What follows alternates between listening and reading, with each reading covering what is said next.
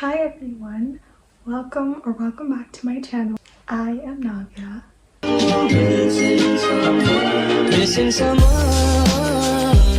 Is it just me, or did you guys feel that January has just been so stretched out? Like, it has been a long month for me. I don't know why, but it has just been so long, and I just wanted February to come ASAP. Like, January was just so long. So you guys already know by the title that I am going to be doing a January reading wrap up.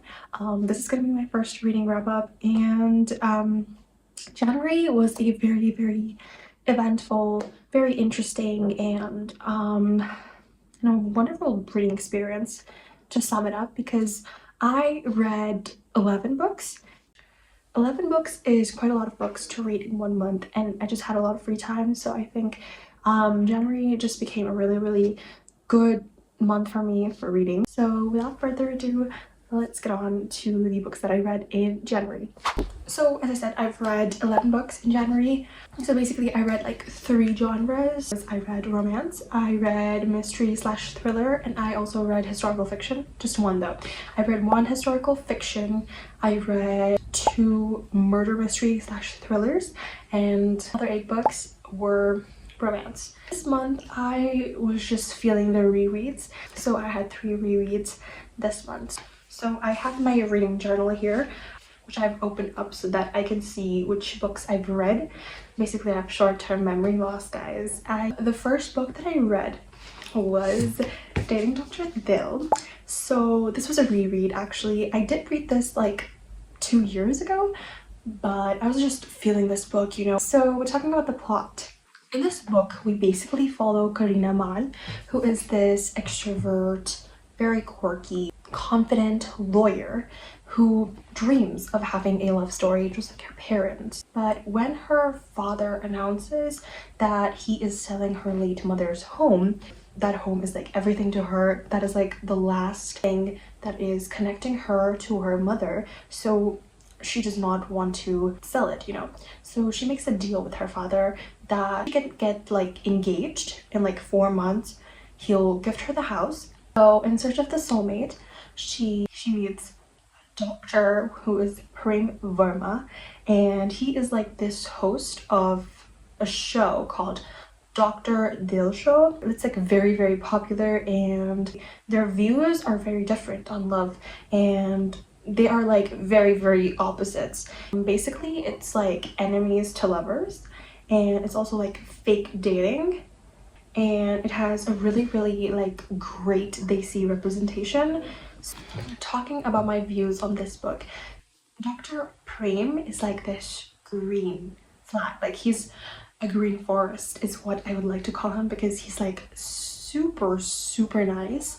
He's like the book boyfriend. He's like super funny, and Karina is just bossy, but she's confident and she's like amazing at what she does. Loved their dynamic. This book has a hint of like Bridgerton-esque in it, like, but make it like Indian or desi. Like, basically you will find after every chapter like this column of a newspaper, I think, this news, you find a gossip after every chapter, and there's this columnist that writes it. Yeah, those were like fun to read. It was cute and I just loved it. I think I gave it a 4.75 stars, but this was really good. Okay, so next I read Catching Fire.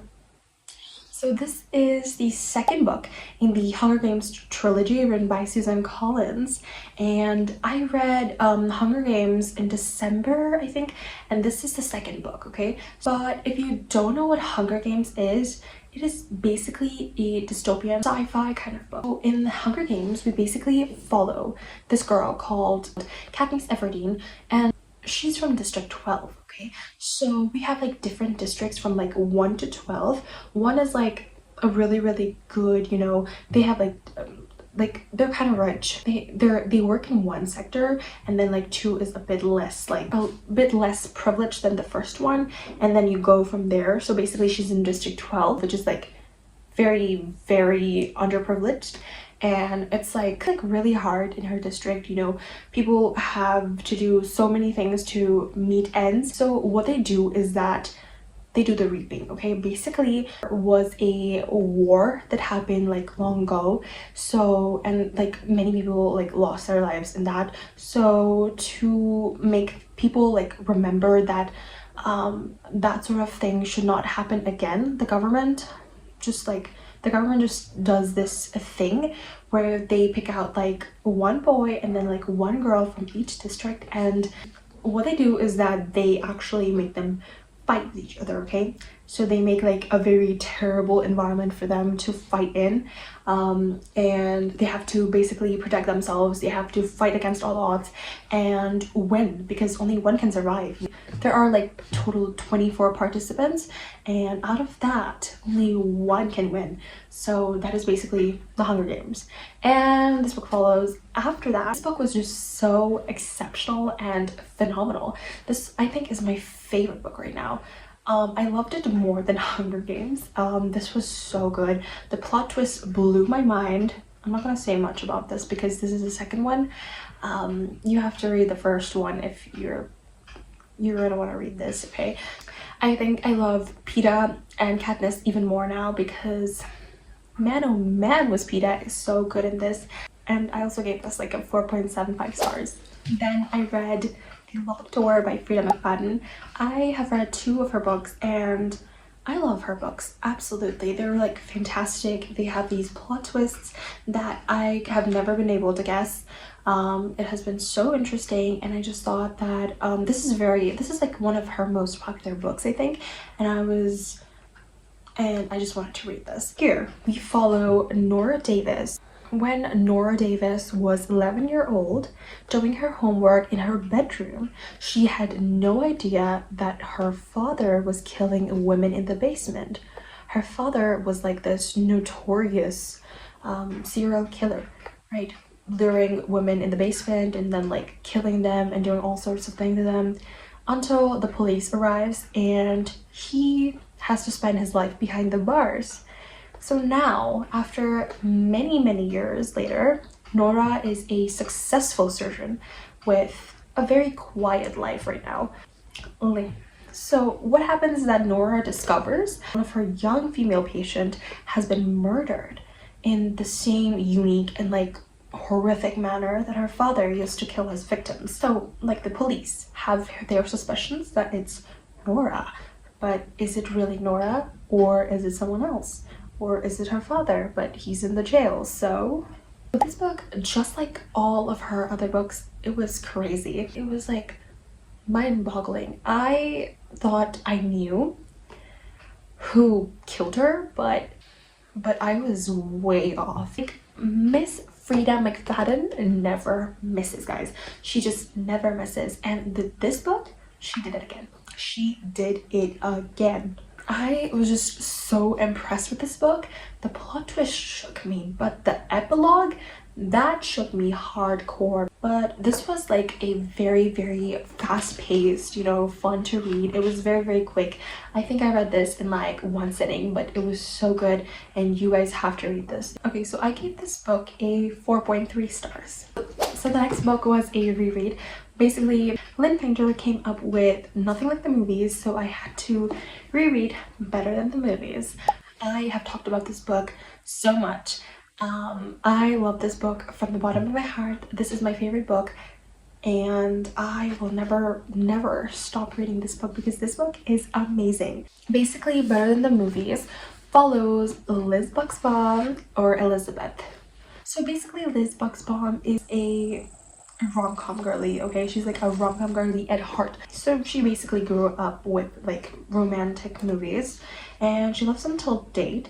And she's like a girl who lives in her movies, and she has this like very annoying neighbor, Wes Bennett. He is like this amazing book boyfriend, okay guys? So she thinks that he's very annoying. They've been neighbors since they were very small, and they've known each other their whole life.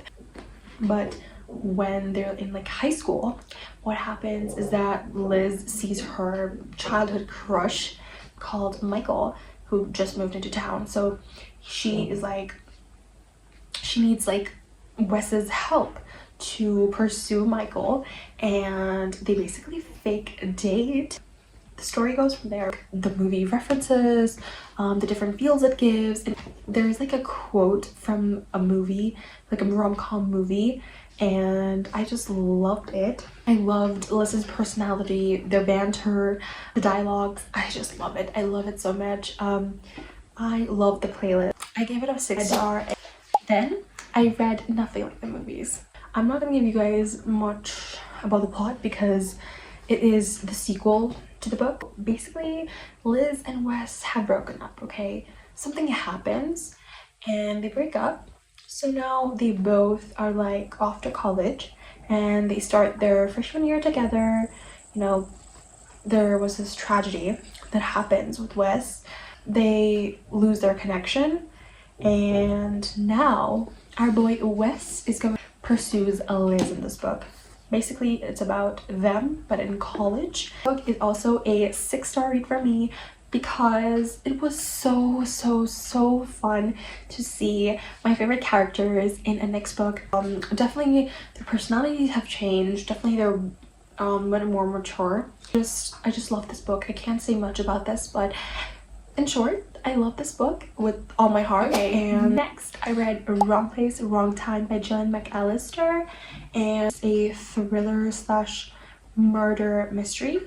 So what happens is that one late October, Jen is waiting for her son, her teenage son, to come back, right? Todd is like very late. So he comes like after his curfew, which is like after midnight, and he is 17-year-old. So as she is like watching from the window waiting for him, he emerges out, but he's not alone, okay? He's walking towards this man and he's like armed. He has a knife with him, okay? And he stabs the guy, okay? He stabs this guy and we don't know why, we don't know how. Gets arrested, right?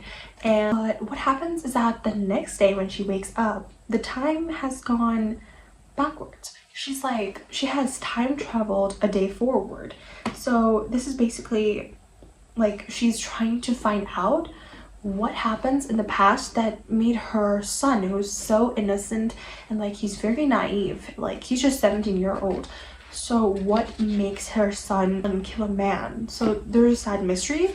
And she just goes back in time, like one day she goes like back like 5 days, again like so many days later, and she just has to find out why. I think I gave this book like a 4 stars. This was very brilliant, okay?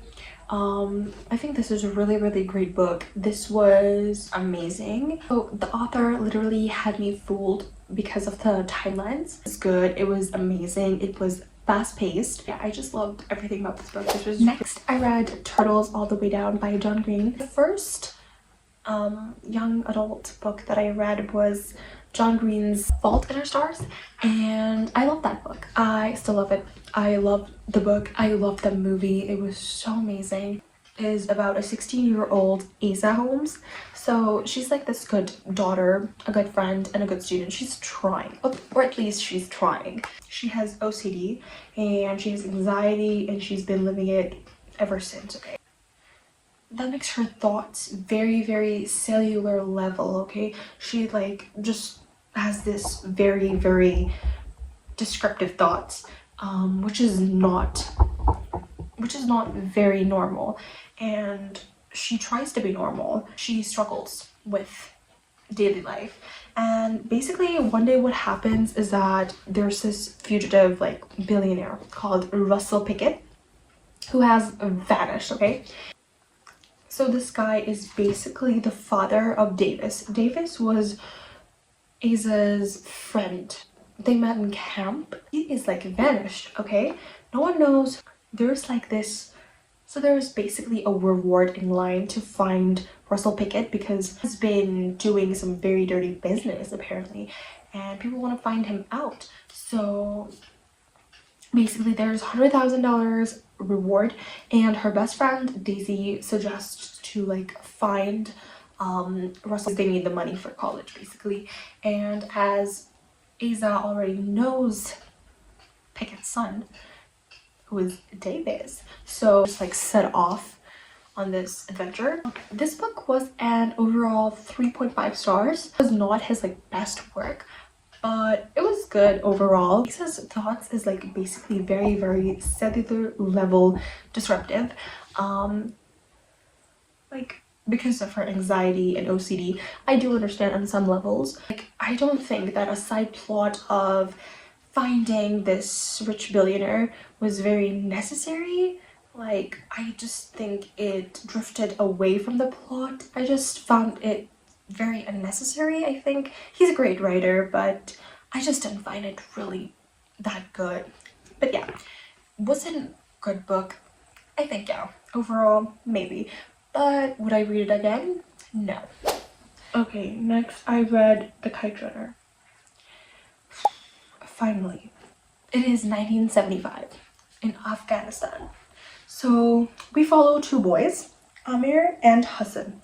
So Amir is a rich man's son. He has everything in his life. He lives in luxury. And Hassan is a poor boy, okay? He is basically Amir's dad's servant's son. Both of these boys have grown up together. Since like their birth, they've been like together. They've done everything together. Even though Hassan like thought of Amir as his friend, Amir does not think of Hassan as his friend because he thinks that he is a bit superior. Okay. What happens is that basically there's this kite fighting tournament, and that is where everything changes. Okay, that is where the twist comes. The Russians have invaded Afghanistan and the family is forced to flee to America. So basically it is about Amir realizing that he has to go back to Afghanistan and seek redemption. So this book was an overall 4.5 stars for me. This was phenomenal, gripping, overwhelming, and so ethereal. This was such a good book.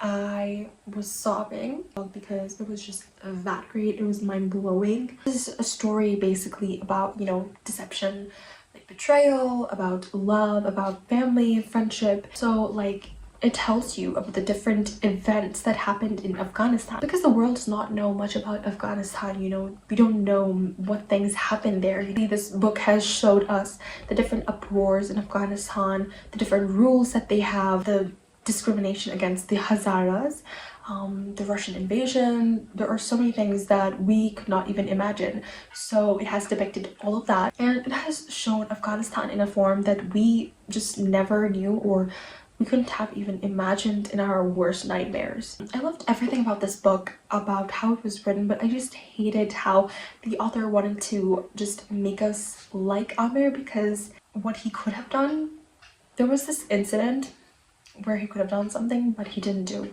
So I hate Amir for that. But historical fiction is just not up my alley, but with this book I was super interested in it and I loved it. Okay, next I read Sidelined, QB Bad Boy and Me.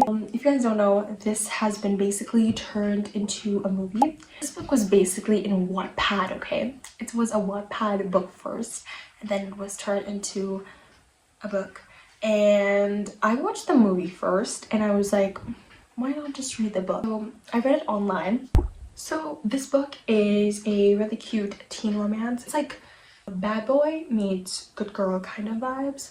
Like we've got Drayden, who is the bad boy. He's a quarterback, and we've got a cheerleader, a dancer basically, who is Dallas. Okay, she is super focused on her future. So when Drayden comes crushing into her world, she keeps falling back to the present. It's opposite attracts, the romance that blooms between them. I gave this book a 3.75 stars. This book was like cute. It was cringe at times, but it was still cute, I think. It had no like love triangles or like unnecessary drama or anything. It was cute and it was fun. It was not that long, okay? And it was fun to read. I think it's a really nice summer read, so I do recommend it. Then I read Archer's Voice. I'm so late. I'm so late to this book, but I finally read it.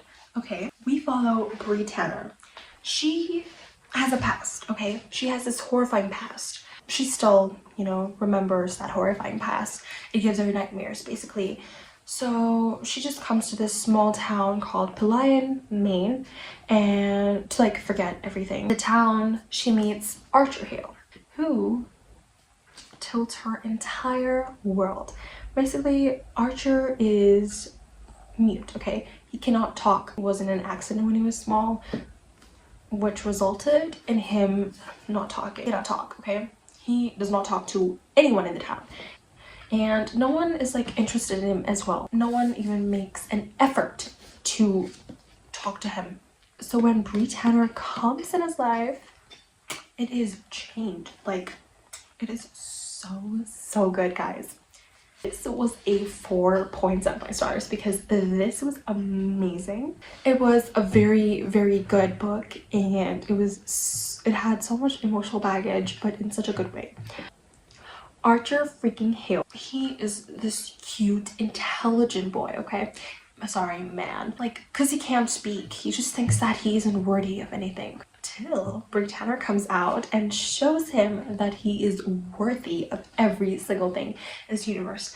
And this is a slow burn, and, you know, small town. It's super cute. The side characters are also so funny.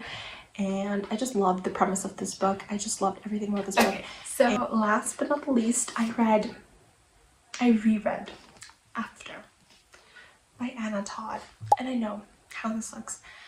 Okay, there are people who love this book, or there's people who hate this book.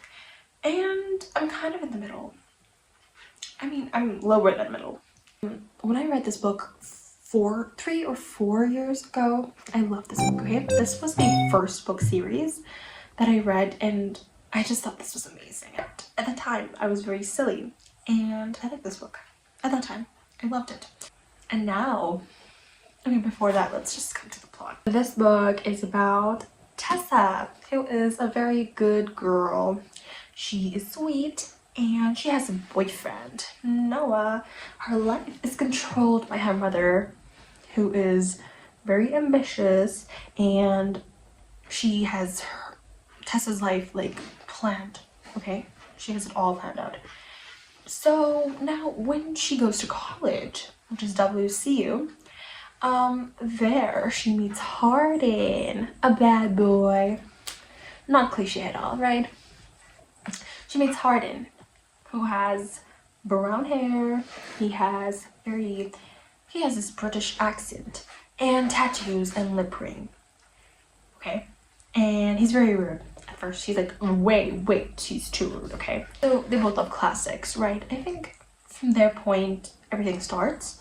This book just revolves around like the positive and the negative experiences of a romantic relationship between a young couple, but they're not a normal young couple because they fight so much. I gave this book a 2-star because honestly, why would someone write this book is what I want to say.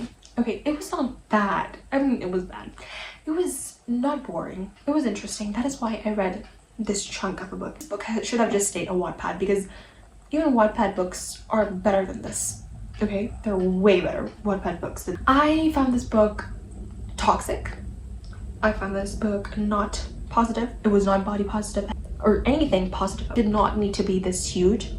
They just had conflict on conflict on conflict. There was so many miscommunication in this book. The side characters were not helping. They were just so boring. Tessa girly is so bipolar. Her thoughts are like, it was like reading two people's thought, because she was thinking one thing one moment and she was reading another thing one moment, and I was like, girly, what goes on in your head? I don't think I'm gonna reread the other books in this series because the first one just let me down. Like, I do not want to read this again. I'm done with this book because girly, and I thought girly, this book was just not it for me. It was interesting, you know, it kept me at my feet at times, but it was just not it. This book, I wanted to DNF it. Anyway, we're at the end of this video. Those were all the books that I read, and believe me, it was very interesting to read all of these books in January. It was a very fun month. It was interesting and it was really nice, I guess. So that is it for today's video.